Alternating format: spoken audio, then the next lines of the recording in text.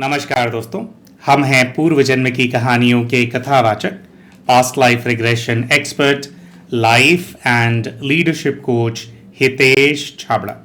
प्यारे दोस्तों, हमारे आज के इस वीडियो के अंदर हम एक 38 वर्ष की आयु की महिला हैं, उड़ीसा की रहने वाली हैं। इनकी पूर्व जन्म की कहानी आप सभी के सामने प्रस्तुत करने जा रहे हैं।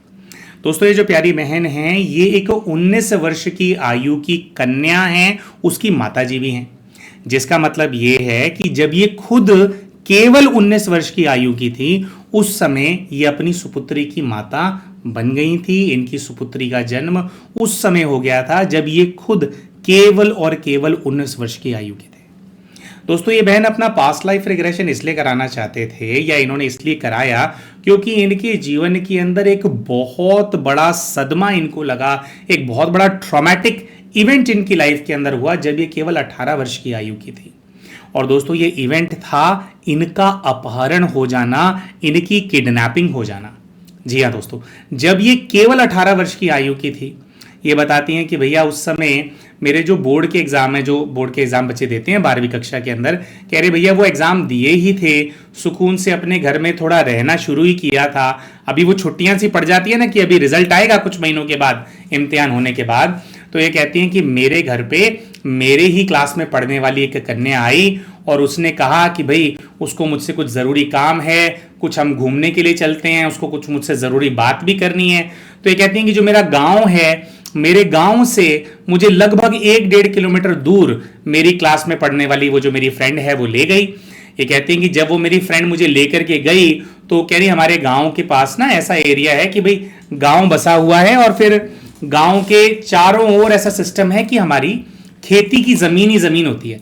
तो कह रही खेती की जमीन के पास वो मुझे लेकर के गई तो वहां पर ओमनी वैन होती थी पहले। दोस्तों, वो ओमनी वैन के अंदर ये कहती है कि जो मेरा पति है, अभी का जो मेरा पति है, कह रही है वो अपने कुछ गुंडे दोस्तों के साथ वहां खड़ा हुआ था।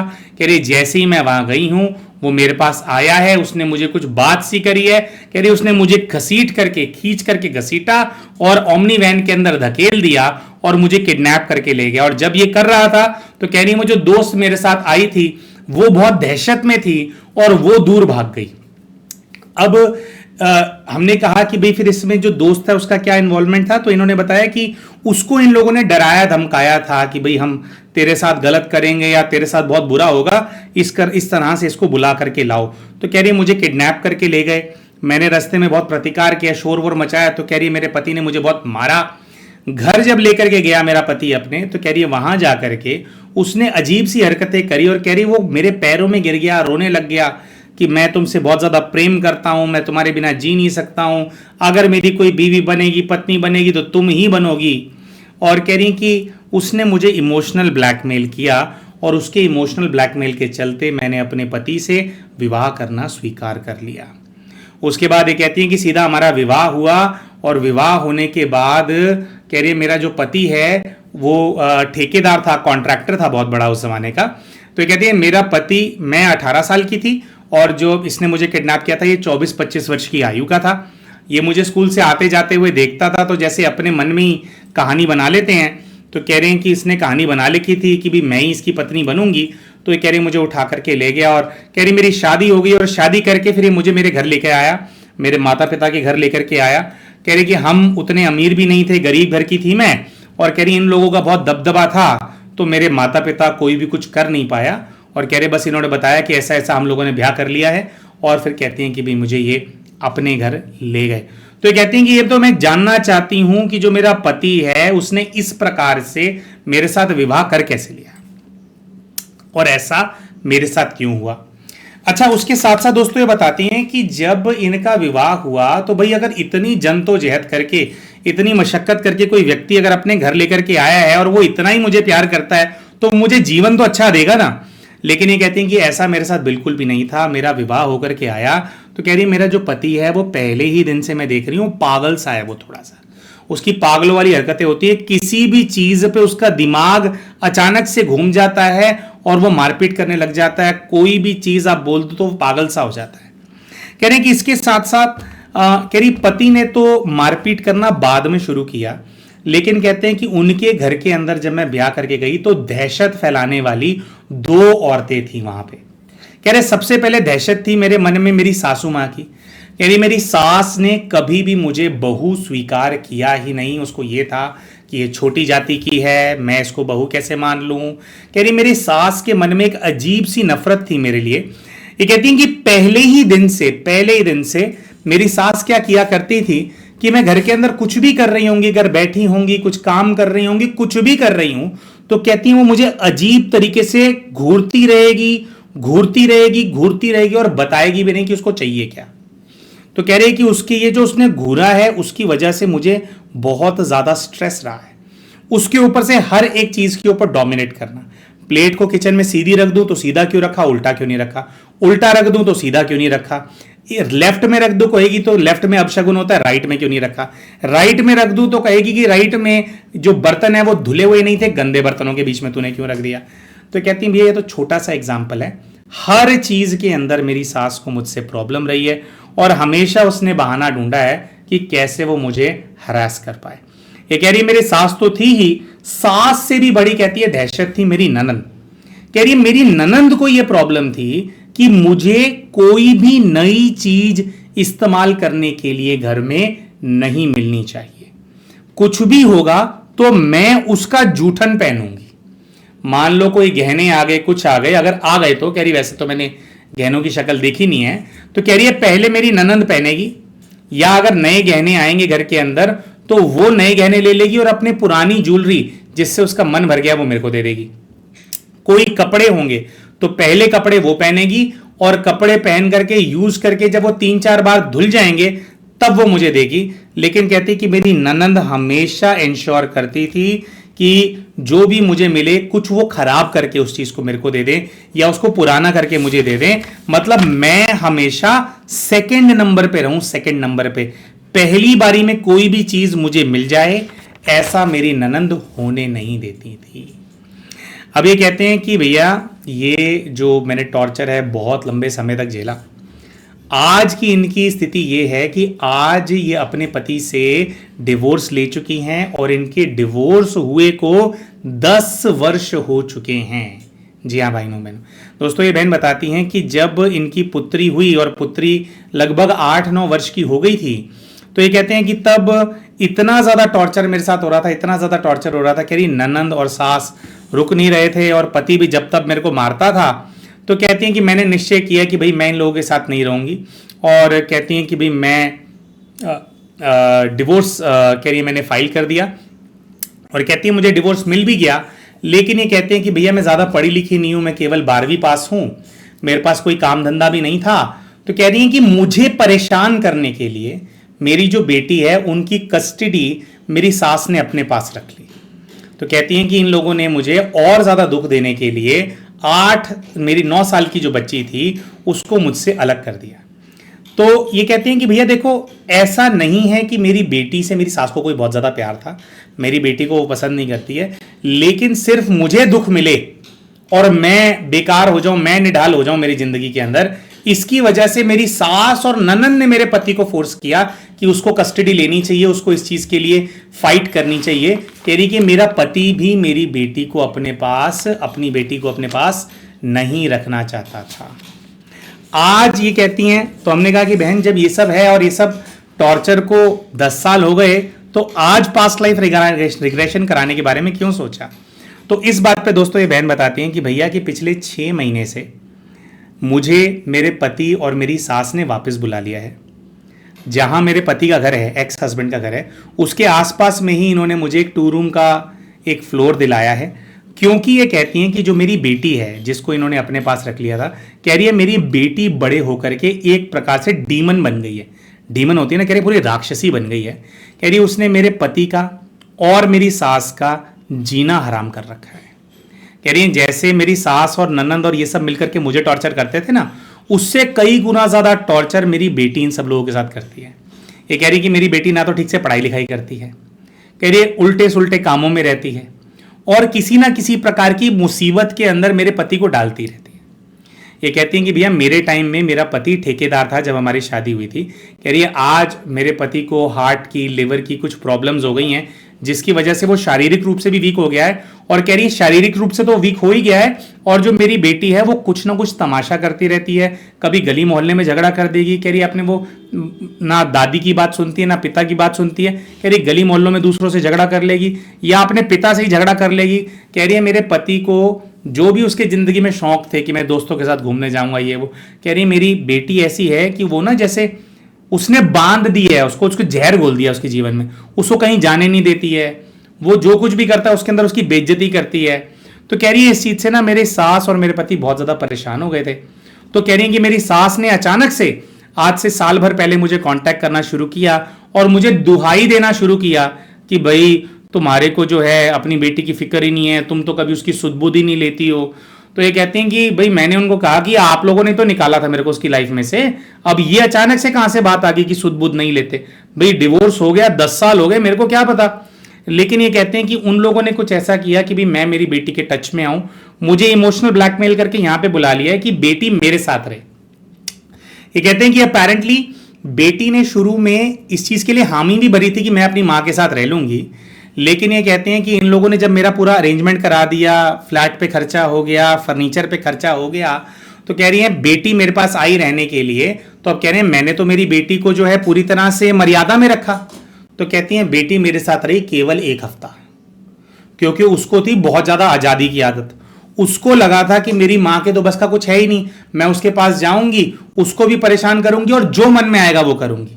तो उसको था कि जो रेस्ट्रिक्शंस कह रही है मेरी बेटी को था कि उस घर में थे, उसको लगा था उसको यहां पे ज्यादा आजादी मिलेगी, लेकिन मेरे पास आई तो कह रही है मैं तो ऑल टाइम अपनी बेटी के लिए अवेलेबल थी, क्योंकि खर्चा पानी ये लोग दे रहे थे, मैंने अपनी जॉब छोड़ दी।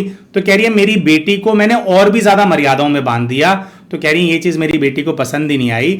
1 हफ्ता मेरे साथ रही और उसके बाद वो कहती है अपना बोरिया बिस्तर उठा करके वापस अपने पिता के अपनी दादी के घर चली गई है। और कह रही है आज भी वहां पर वो तांडव उसने मचा रखा है। ये कहती हैं आज अब मैं इस परिस्थिति के अंदर फंस गई हूं कि मैं अपना काम धंधा छोड़ करके, ये कहती कुछ जॉब करते थे, कह रही वो छोड़ करके मैं यहां पे आई थी इस आस में कि ठीक है अब इन लोगों पे मुसीबत आई है तो मैं अपनी बेटी के साथ अपना जीवन आगे बिता लूंगी। कह रही है कि लेकिन अब क्योंकि बेटी 1 हफ्ता ही मेरे साथ रही तो 6 महीने से जो कह रही है मेरी सास मेरा खर्चा वगैरह उठा रहे थे, लेकिन अब उन्होंने हाथ खींच लिया है। ये कहते हैं कि भैया मैं बीच में फंस गई हूं, मेरे को तो मेरी जॉब छोड़नी नहीं चाहिए थी, और कह रही है मेरे पास इतना अरेंजमेंट भी नहीं है कि मैं यहाँ पे सब कुछ क्लियर करके वापस चली जाऊं। तो थोड़ा इस तरह के द्वंद्व में फंस गई हैं। तो ये बहन जो है ओवरऑल जानना चाहते थे कि इनकी बेटी से, इनकी सास से, इनकी ननंद से और इनके पति से इनके पूर्व के जीवन का क्या हिसाब किताब है। और विशेषकर कह रही है पति से भी ज्यादा मेरी सास और मेरी ननंद, इन लोगों ने इतना ज्यादा मेरे जीवन के अंदर जहर घोल करके क्यों रखा, और ये कहती हैं कि इनकी बेटी को इनसे क्यों अलग किया गया। ये सब कुछ जो है ये बहन अपने पास्ट लाइफ रिग्रेशन के माध्यम से जानना चाहती थी। और प्यारे भाइयों और बहनों, आपको बताते हुए मेरे को बहुत खुशी हो रही है कि अपने पास्ट लाइफ रिग्रेशन के माध्यम से अपने सारे प्रश्नों के उत्तर ये जो बहन है प्राप्त कर पाई थी। तो प्यारे भाइयों और बहनों, इन बहन ने अपने पूर्व के जीवन के अंदर क्या देखा उसके बारे में अभी आप सभी को हम बताएंगे, लेकिन उससे पहले हम शाउट आउट देना चाहते हैं हमारे चैनल के उन सभी व्यूअर्स को जिन्होंने अभी रिसेंटली हमारे चैनल की मेंबरशिप के लिए ऑप्ट किया है। दोस्तों YouTube के ऊपर इनका यूजर आईडी है अर्नव धीमान, शिल्पी गुप्ता, महेश मखीजानी, अंतर यात्रा, निशा, उर्मिला पीके, मनीषा रानी, MB, रजनी शाक्या, रेणुका डी और यजत। दोस्तों अगर आप भी इन सभी भाई बहनों की तरह हमारे चैनल की मेंबरशिप को ऑप्ट करना चाहते हैं और हमारे चैनल के जो मेंबर्स हैं उनके लिए जो एक्सक्लूसिव ग्रुप PLR के सेशन या जो अन्य हिप्नोथेरेपी के सेशंस हम कंडक्ट करते हैं उनका लाभ आप उठाना चाहते हैं दोस्तों, तो हमारे इस वीडियो के नीचे आपको एक ज्वाइन बटन नजर आ रहा होगा, उसका इस्तेमाल करके आप भी चैनल की मेंबरशिप के लिए ऑप्ट कर सकते हैं। इसी के साथ साथ प्यारे भाइयों और बहनों, आप सभी को बताना चाहते हैं कि आने वाली 27 तारीख को यानी 27 मई 2025 को शाम को 8:30 PM जो हमारे चैनल के सभी मेंबर्स हैं उनके लिए ग्रुप PLR सेशन कम इनर चाइल्ड हीलिंग का जो सेशन है इसको कंडक्ट किया जाएगा। यानी कि इस बार जो सेशन होगा उसमें केवल आप अपने पूर्व के जन्म को अनुभव नहीं कर पाएंगे, लेकिन इस जीवन के अंदर अगर आपके अंदर कोई बचपन का कोई ट्रॉमा रह गया है, बचपन की कोई ऐसी याद, कोई ऐसी दहशत रह गई है आपके मन के अंदर जो आज भी आपकी पर्सनालिटी को इम्पैक्ट करती है, आपको खुल करके नहीं जीने देती, जिसकी वजह से शायद अंदर ही अंदर आप कुछ घुट रहे हैं, तो इस समस्या का समाधान करने के लिए इनर चाइल्ड हीलिंग का सेशन होता है।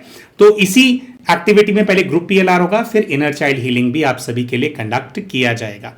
दोस्तों हमारे जो चैनल के मेंबर्स हैं, कई बार उनका पर्सनली हमारे को व्हाट्सएप मैसेज आता है पूछने के लिए कि भाई जब ग्रुप पीएलआर हो रहा होगा तो हम इसको कैसे करेंगे, ये अटेंड कैसे करना है। मेंबर तो बन गए लेकिन अटेंड करना समझ में नहीं आ रहा। तो दोस्तों देखिए, जो ये सेशन होता है ये यूट्यूब के ऊपर लाइव किया जाता है। अगर आपके पास हमारे चैनल की मेंबरशिप है, अगर आप चैनल के एक्टिव मेंबर हैं, तो जैसे ही ये लाइव शुरू होगा यूट्यूब के ऊपर, आपको इसका नोटिफिकेशन आ जाएगा कि लाइव शुरू हो गया है। तो आपको अपने यूट्यूब पे जाना है, तो ऊपर वो जो एक घंटी वाला जो बटन होता है उसके ऊपर आपको दिखाई दे जाएगा कि नोटिफिकेशन आ गया है। उस पर आप क्लिक करेंगे तो डायरेक्ट आप लाइव पे आपको वो ले आएगा। एक तो दोस्तों ये मेथड है। दूसरा ये है, हमारे इस वीडियो के पिंड कमेंट के अंदर हम अपने व्हाट्सएप चैनल का लिंक शेयर कर रहे हैं, व्हाट्सएप चैनल का।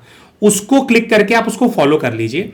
जिस भी दिन ये अभी परसों के दिन ही 27 तारीख को जब ये सेशन होने वाला होगा, तो उसके ऊपर हम अपने लाइव का लिंक आप सभी के साथ शेयर करेंगे। अब इसमें ऐसा है दोस्तों, जिन लोगों के पास चैनल की मेंबरशिप होगी वो तो डायरेक्ट लाइव को अटेंड कर पाएंगे, और जिनके पास चैनल की मेंबरशिप नहीं होगी तो वो प्रॉम्प्ट करता है कि भाई आप चैनल की मेंबरशिप ऑप्ट कीजिए, सो दैट आप ये जो लाइव सेशन है आप इसको अटेंड कर पाएं। ठीक है, तो एक तो आपके पास डायरेक्ट नोटिफिकेशन आएगा यूट्यूब पे जितने भी चैनल के मेंबर्स हैं, या बाकी के जो लोग हैं अगर आपको नोटिफिकेशन चेक करना नहीं आता तो जो व्हाट्सएप चैनल है आप उसको फॉलो कर लीजिए, उसके ऊपर भी इसका जो अपडेट है वो आने वाला है। अच्छा प्यारे भाई और बहनों, एक और कैरेक्टर है इनकी लाइफ का जिसके बारे में हम बताना भूल गए। इन्होंने बताया था कि जब ये 6ठी कक्षा के अंदर थे, 6th क्लास के अंदर थे, तो 6th क्लास में इनकी क्लास में एक लड़का पढ़ता था। वो लड़का इनको बहुत ज़्यादा पसंद करता था। वो 6ठी कक्षा से लेकर के 10वीं कक्षा तक इनके साथ पढ़ा, और फिर कुछ ऐसा हुआ कि 10वीं कक्षा के बाद इन दोनों के स्कूल अलग हो गए। लेकिन ये बताती हैं कि उसने 10वीं कक्षा के अंदर इनको एक पत्र लिखा था जिसके अंदर उसने कहा था कि मैं तुमसे विवाह करना चाहता हूँ। और ये कहती हैं कि भैया हम लोग छोटे गांव के रहने वाले थे, तो कोई लड़का आपको ऐसा पत्र पकड़ा दे तो लड़की क्या करती है, बहुत घबरा जाती है। तो कह रही मैंने उस पत्र को फाड़ करके फेंक दिया था, और उस लड़के के जीवन में कुछ ऐसा हुआ था कि उसके घर वाले हमारा जो गाँव है वो गाँव ही छोड़ करके चले गए थे। और कहती हैं फिर उसके बाद कभी वो जीवन में मिला नहीं, दिखाई नहीं दिया, कुछ नहीं हुआ। ये कहती हैं कि भैया अभी रिसेंटली 6 महीना पहले उसने मुझे फेसबुक के ऊपर कह रही है संपर्क किया, और फेसबुक पे कहती है उस लड़के ने अपना जो हाथ है उसका फोटो मेरे को भेजा, जिस फोटो के ऊपर उसने अपने मतलब जैसे वो किसी चीज से गोद करके निशान बना कर, कह रही मेरा नाम उसने अपने हाथ पे लिखा हुआ था। कह रही जब मैंने उससे बात करी कि ये क्या है, तो उसने बताया कि भाई उसका वो कभी मुझे बुला ही नहीं पाया, और कुछ ऐसा था कि बस उनके घर वाले गांव छोड़ करके चले गए थे, फिर पता नहीं कहाँ कहाँ वो लोग रहे। और ये कहते हैं कि वो उसका विवाह कहीं और हो गया था, लेकिन अपनी पत्नी को कभी वो अपनी पत्नी स्वीकार ही नहीं कर पाया, उसके मन में हमेशा से यही ही थे। और ये कहती हैं कि उसने कहा कि भाई मैंने कई बार अपने हाथ पे, अपने शरीर के कई हिस्सों पे तुम्हारा जो नाम है वो धारदार चीज़ों से काट करके मैंने लिखा है, मेरे दिलो दिमाग में तुम ही बसी हुई हो। तो उसने आज भी ये कहती हैं कि प्रपोज किया कि भाई मैं अपनी पत्नी को छोड़ने के लिए तैयार हूं, मुझे पता चला है कि तुम तलाकशुदा हो, तो अगर तुम चाहो तो मैं अपनी पत्नी को छोड़ करके तुम्हारे साथ विवाह कर सकता हूं। तो ये बहन अपने पीएलआर के माध्यम से उस लड़के से भी अपना कनेक्शन जानना चाहती थी, और ये भी जानना चाहती थी कि भैया मुझे क्या इस रिश्ते के अंदर आगे बढ़ना चाहिए या नहीं बढ़ना चाहिए।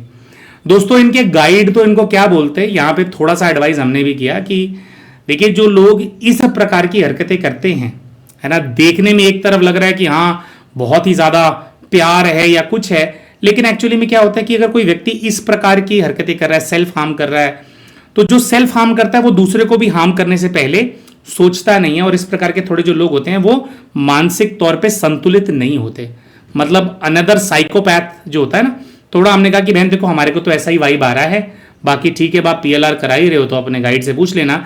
लेकिन इस प्रकार के लोग क्या होते हैं, इन्होंने ना अपने दिमाग में एक कहानी बना रखी होती है सामने वाले व्यक्ति को लेकर के, तो जब तक तो सामने वाला व्यक्ति उनके जीवन में नहीं आता, ये उस कहानी के अंदर जीते रहते हैं, और उस कहानी की वजह से अपने आप को और दूसरों को हर्ट करते रहते हैं।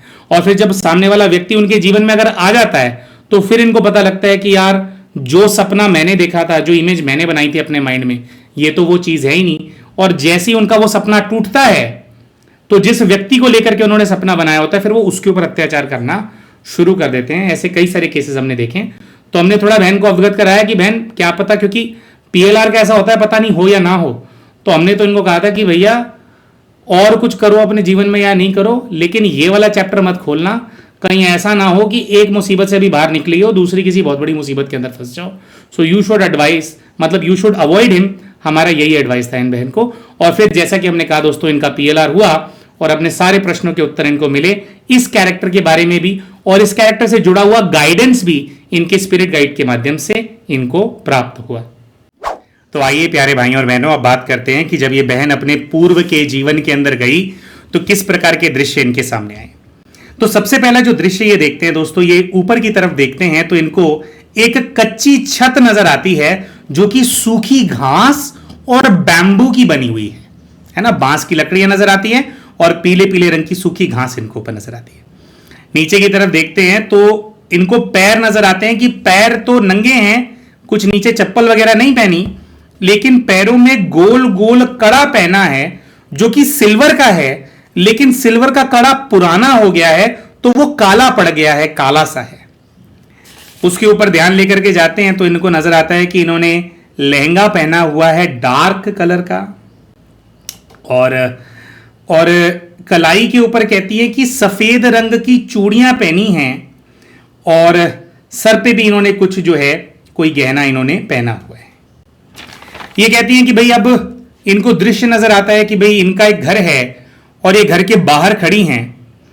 ये जो पूरा मकान है, मकान ये कच्चा मिट्टी का मकान है, लेकिन इसमें 3-4 कमरे हैं, ऐसा इनको नजर आता है। ये कहती हैं कि घर के अंदर एक आदमी है जो कि लगभग 50 वर्ष की आयु का है, और ऐसा महसूस होता है कि जैसे वो इनका पति है। हम इनसे पूछते हैं कि भाई आपकी आयु कितनी है, तो ये बताती है कि मुझे मेरी आयु लगभग 30 वर्ष नजर आ रही है। तो हमने कहा कि 30 वर्ष आपकी आयु है और 50 वर्ष की आयु का पति, ये कैसे हो सकता है। तो ये उस समय तो इनको समझ में नहीं आ रहा होता, लेकिन ये घर के अंदर और भी कुछ कैरेक्टर्स इनको नजर आ रहे होते हैं, उनके बारे में बताती हैं। कहती हैं कि एक औरत है जो कि लगभग 75 वर्ष की आयु की है। घर के कुछ बच्चे भी हैं जो घर के बाहर आंगन के अंदर खेल रहे हैं। एक लड़का नजर आता है 9 वर्ष की आयु का, एक लड़की नजर आती है 10 वर्ष की आयु की। जब हम इनको कहते हैं कि भाई आप उन बच्चों को फील करो कैसा रिश्ता है, तो ये कहती हैं कि मुझे रिश्ता बहुत न्यूट्रल फील होता है, ना प्यार है ना गुस्सा है। तो कह रही है ऐसा सही है, ठीक है खेल रहे हैं। कह रही मुझे फर्क सा नहीं पड़ता कि क्या है, बच्चे क्या खेल रहे हैं क्या नहीं खेल रहे। तो हम इनसे पूछते हैं कि क्यों फर्क नहीं पड़ता। तो जब हम पूछते हैं कि क्यों फर्क नहीं पड़ता, तो इनको घर के अंदर एक दूसरी औरत नजर आती हैं जो कि एक बिस्तरे के ऊपर लेटी हुई हैं, और ये बताती हैं कि ये जो औरत है ये लगभग 40 वर्ष की आयु की है, वो लेटी हुई है। और जब उसको लेटा हुआ देखते हैं तो ये कहते हैं कि जो इसका आदमी है, जो पति है 50 वर्ष की आयु का, वो उस औरत को जो खाट पे लेटी हुई है उसको डंडे से कुछ चुभा रहा है।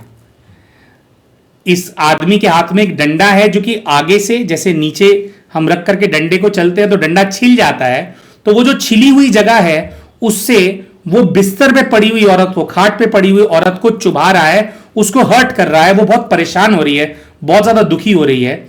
और हम इनको कहते हैं कि उसके पास जाओ, तो उसके पास जाते हैं तो वो औरत कहती है कि ये तो पागल है, तू कहां से इस पागल के चक्कर के अंदर फंस गई। तो इनको हम कहते हैं कि पूछो उससे वो कौन है। तो वो औरत बताती है कि मैं इसकी पहली पत्नी हूं, और वो औरत बस इनको यही बोलती रहती कि यहां से चली जाओ तुम।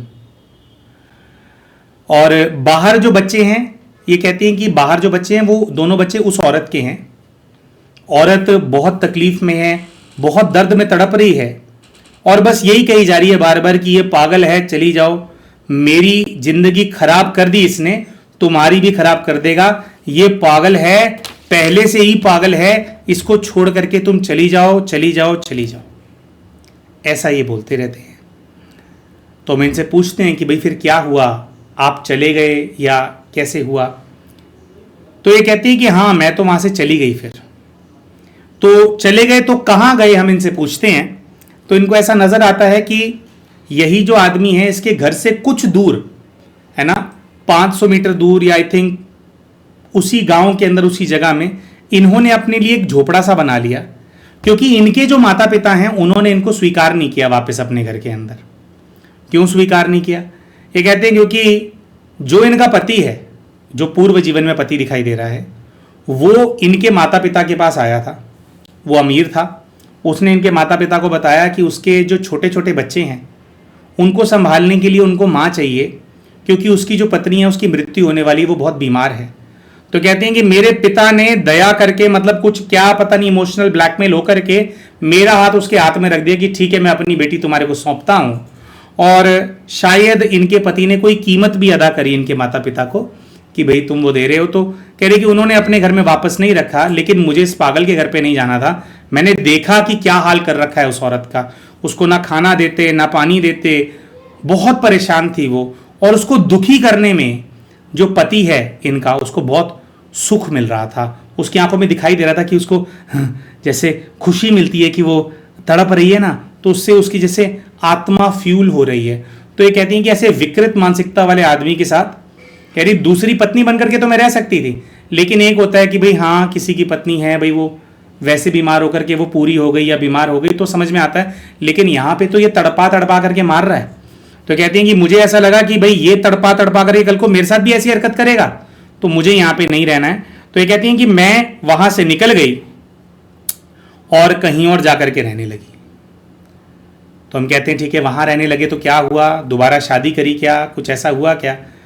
तो कहते हैं कि नहीं ऐसा तो नहीं है, लेकिन अच्छा ये एक बहुत विशेष बात बताती है। कह रही मुझे यहां पे ये दिखाई दे रहा है कि मेरे पास इस झोपड़े के अंदर कुछ भी नहीं है, लेकिन मैं अकेले बहुत ज्यादा खुश हूं। मैं यहां पे पास में खेतों के अंदर मजदूरी करती हूं, मजदूरी करके जो मैं इकट्ठा कर लेती हूँ, जो पैसा मिलता है, कह रही वो मेरे लिए इनफ है, मैं उससे रोटी खा लेती हूँ, काम पे जाती हूँ, घर आती हूँ, सोती हूँ, खाती हूँ, पीती हूँ, रेस्ट करती हूँ। कह रही है कि मैं बहुत ज्यादा खुश हूं अकेले।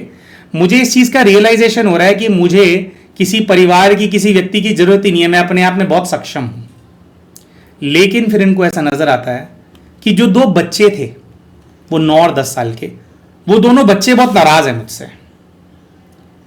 ये कह रही हैं कि उन दोनों बच्चों को लगता है कि I should be there to take care of them, उनका ध्यान मुझे रखना चाहिए था। अच्छा, ये कह रही हैं कि वो दोनों आकर के मेरे को ताने मारते हैं कि मैं उनको छोड़ करके आ गई।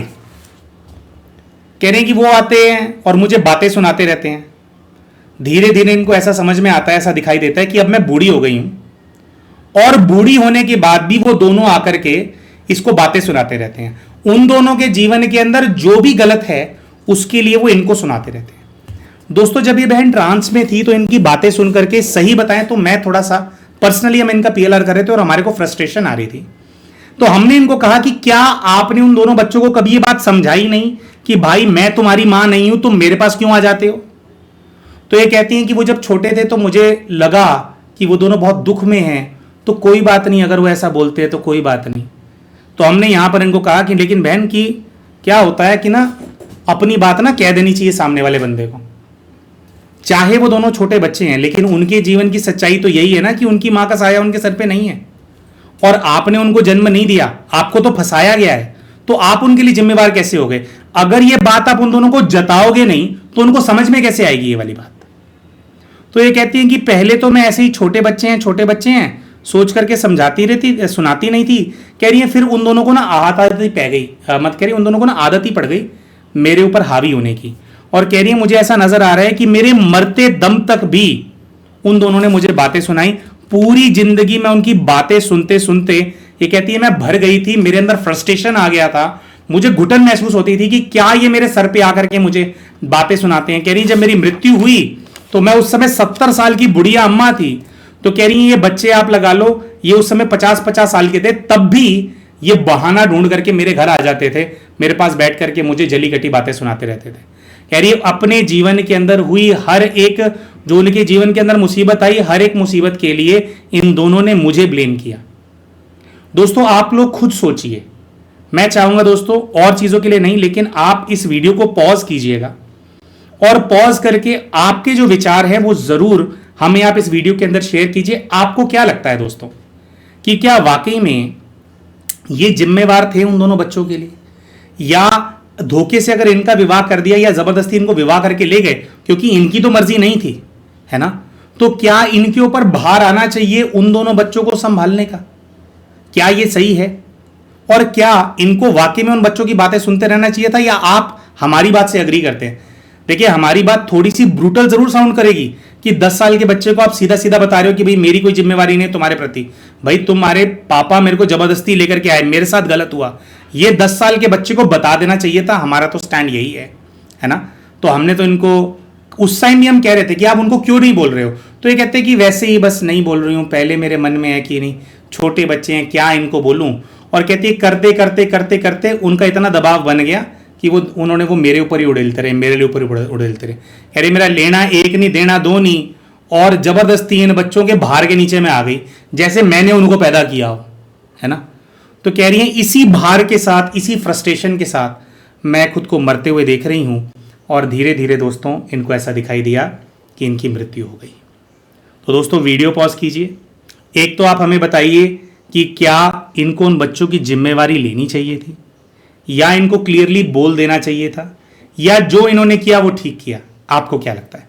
दूसरा, आप बताइए कि कौन सा कैरेक्टर इनके पास्ट लाइफ में जो नजर आया वो इनकी इस लाइफ में से आपको कौन सा कैरेक्टर लगता है? तो दोस्तों हम आशा करते हैं कि आपने वीडियो को पॉज किया होगा और अपने कमेंट जरूर पोस्ट किए होंगे।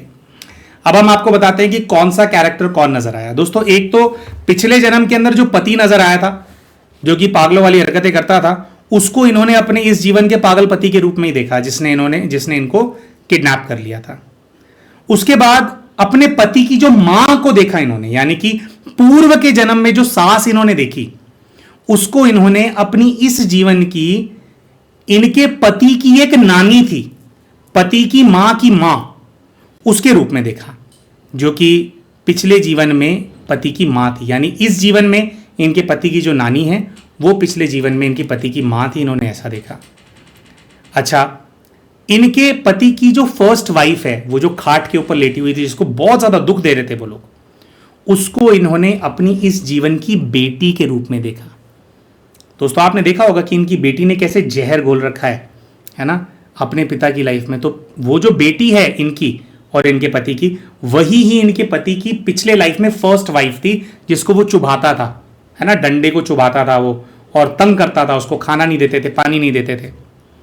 फिर दोस्तों 2 बच्चे थे, 2 बच्चे जिन्होंने पूरी जिंदगी भर इनको ब्लेम किया, पूरी जिंदगी भर इनका सर खाते रहे, जिनको धक्के देकर के अपने घर से बाहर नहीं निकाल पाई, या गाली बककर घर से बाहर निकल पाई कि बाहर निकल यहां से, यहां मेरे घर आ जाते हो मेरा सर खाने के लिए, जाकर के अपने बाप का सर खाओ, जिसको ये बोल नहीं पाई थी। उन्हीं दोनों बच्चों को इन्होंने देखा।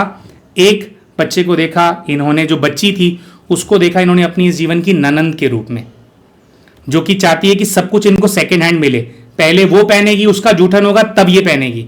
वो ननंद को इन्होंने देखा कि वो है, बच्ची है। जो बच्चा है, बच्चे को इन्होंने इस जीवन में जो सास है, सास जो घूर घूर के देखती थी, इनको कड़वी दृष्टि से देखती रहती थी, हर चीज में जिसको सास को दिक्कत थी, उसको इन्होंने देखा, वो बच्चा है। दोस्तों ये जब किस्सा हमारे सामने आया ना, तो इससे एक शिक्षा हमारे मन में आई। खैर उस समय भी हमारे को लग रहा था, लेकिन अभी गाइड से बात करने से पहले ही हमारे को एक बहुत डीप क्लैरिटी आई दोस्तों इस चीज की। वो ये है कि दोस्तों अगर आपके लाइफ में भी ऐसा होता है ना, आपको दिखाई देता है कि कोई व्यक्ति है या कुछ लोग हमारे जीवन के अंदर होते हैं जो हमारे को ब्लेम कर रहे हैं चीजों के लिए, आप झगड़ा न भी करें, लेकिन आपको हिम्मत इकट्ठा करके उनको बताना जरूर चाहिए या जताना जरूर चाहिए कि उनके जीवन के अंदर जो मुसीबत है, जो प्रॉब्लम है, उसके लिए वो खुद रिस्पॉन्सिबल है, आप उस चीज के लिए रिस्पॉन्सिबल नहीं है। दोस्तों जब हम चुप रहते हैं और सामने वाला व्यक्ति हमारे को ब्लेम करता रहे, अगर हम कभी कोई इसका जवाब नहीं देते हैं, तो उससे सामने वाले व्यक्ति के अंदर वो बात पक्की हो जाती है। हालांकि दोस्तों ये जो जीवन इन्होंने देखा, हो सकता है उससे भी पहले की लाइफ में कुछ इनका कनेक्शन होगा इन बच्चों के साथ, जिसकी वजह से इनके ऊपर वो जिम्मेवारी आ रही थी, और जिसकी वजह से इतना स्ट्रांगली वो बच्चे बिलीव करते थे कि इनकी रिस्पॉन्सिबिलिटी है। लेकिन हमारे को लगता है कि वो पुराना वाला जो होगा वो होगा, लेकिन जो भी इनका पति था जिसको ये छोड़ करके आगे थे, क्योंकि इनको पागल नहीं होना था, क्योंकि इनको टॉर्चर नहीं सहना था, उसने ही उन बच्चों के अंदर चाबी भरी होगी कि वो तुम्हारे लिए नहीं करती है, वो तुम्हारी माँ है, वो तुम्हारे लिए नहीं करती है ना।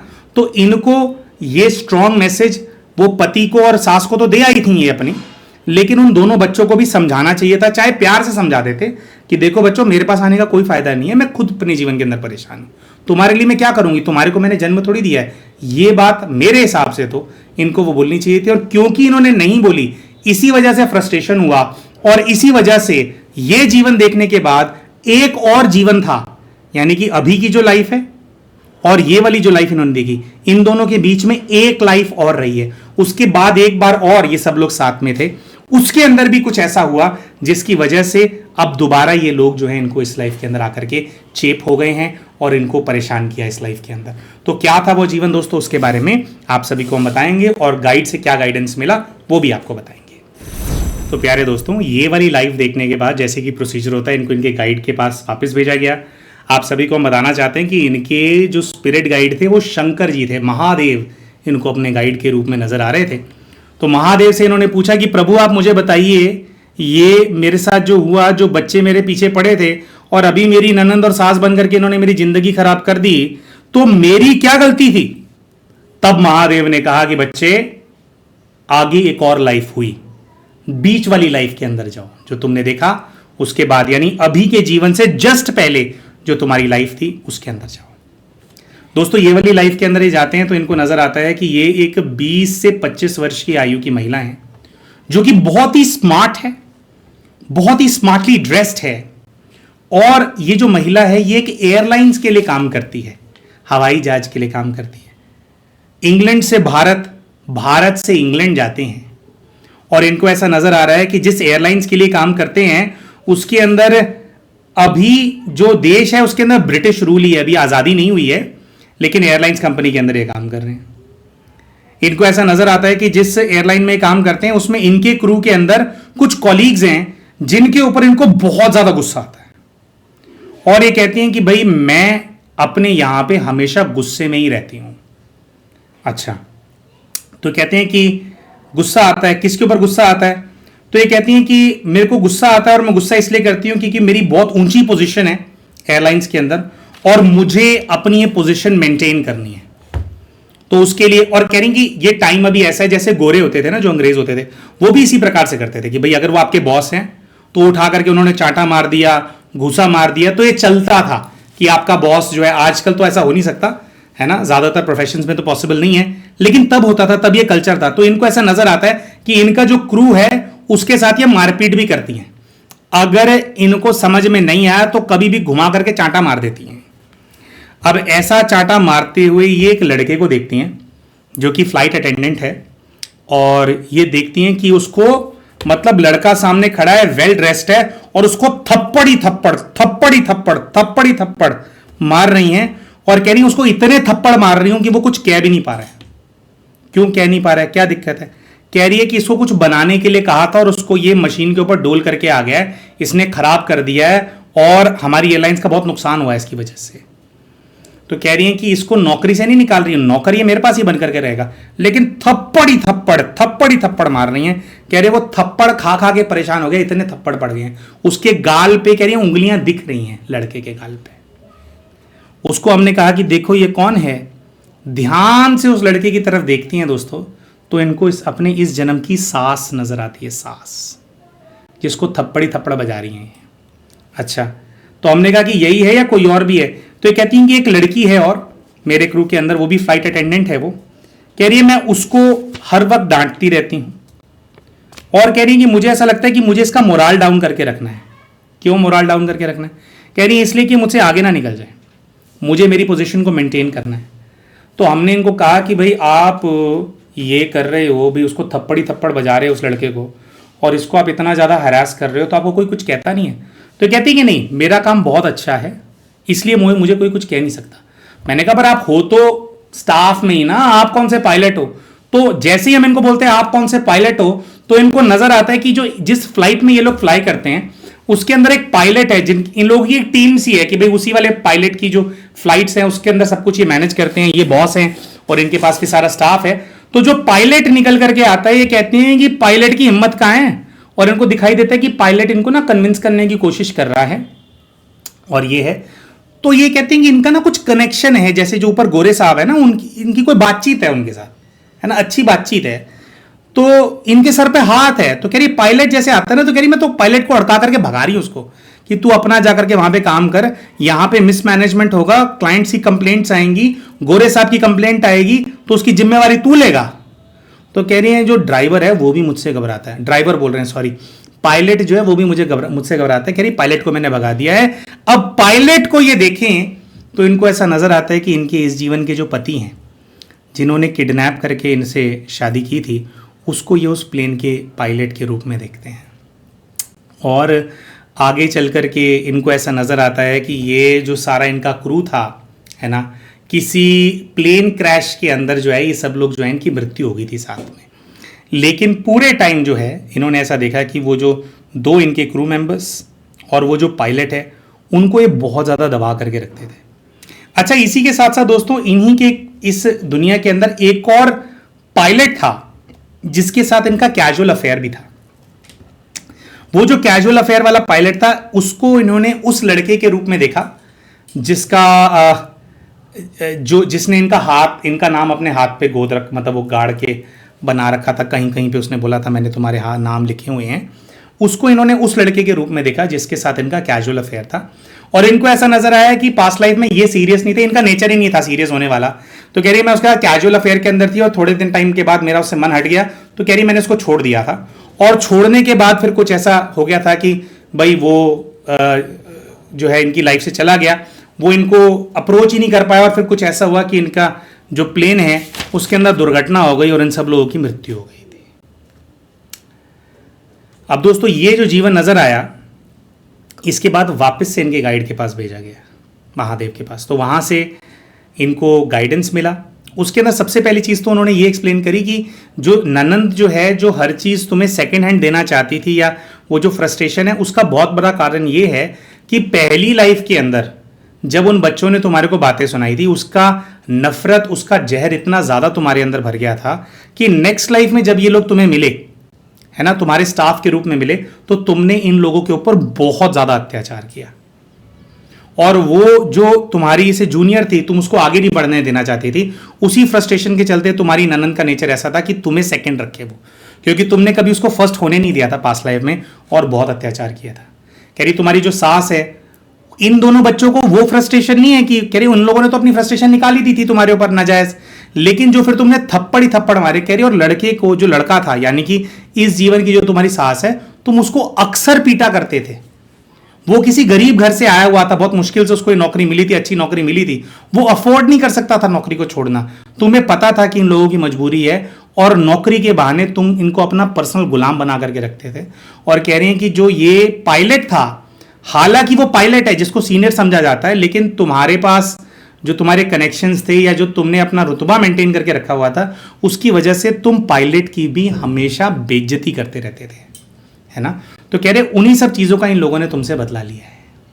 फिर दोस्तों प्रश्न पूछा जाता है भोले बाबा से कि बाबा ये जो मेरी बेटी है, मेरी बेटी को इन लोगों ने मुझसे क्यों छीन लिया, उससे मेरा क्या कार्मिक अकाउंट है। तो गाइड ने इनको बताया कि तुम्हारा उससे कार्मिक अकाउंट नहीं है, बल्कि तुम्हारा उससे कार्मिक अकाउंट नहीं है, इसीलिए तुम अलग हो गए। और महादेव ने इनको याद दिलाया कि जब बेटी से तुम अलग हुए, तो जैसे दूसरी माएं डिप्रेशन में चली जाती हैं, सदमे में चली जाती हैं कि मेरा बच्चा मुझसे छीन लिया, गाइड ने बताया तुम याद करो, तुम ऐसे किसी भी सदमे में नहीं गए।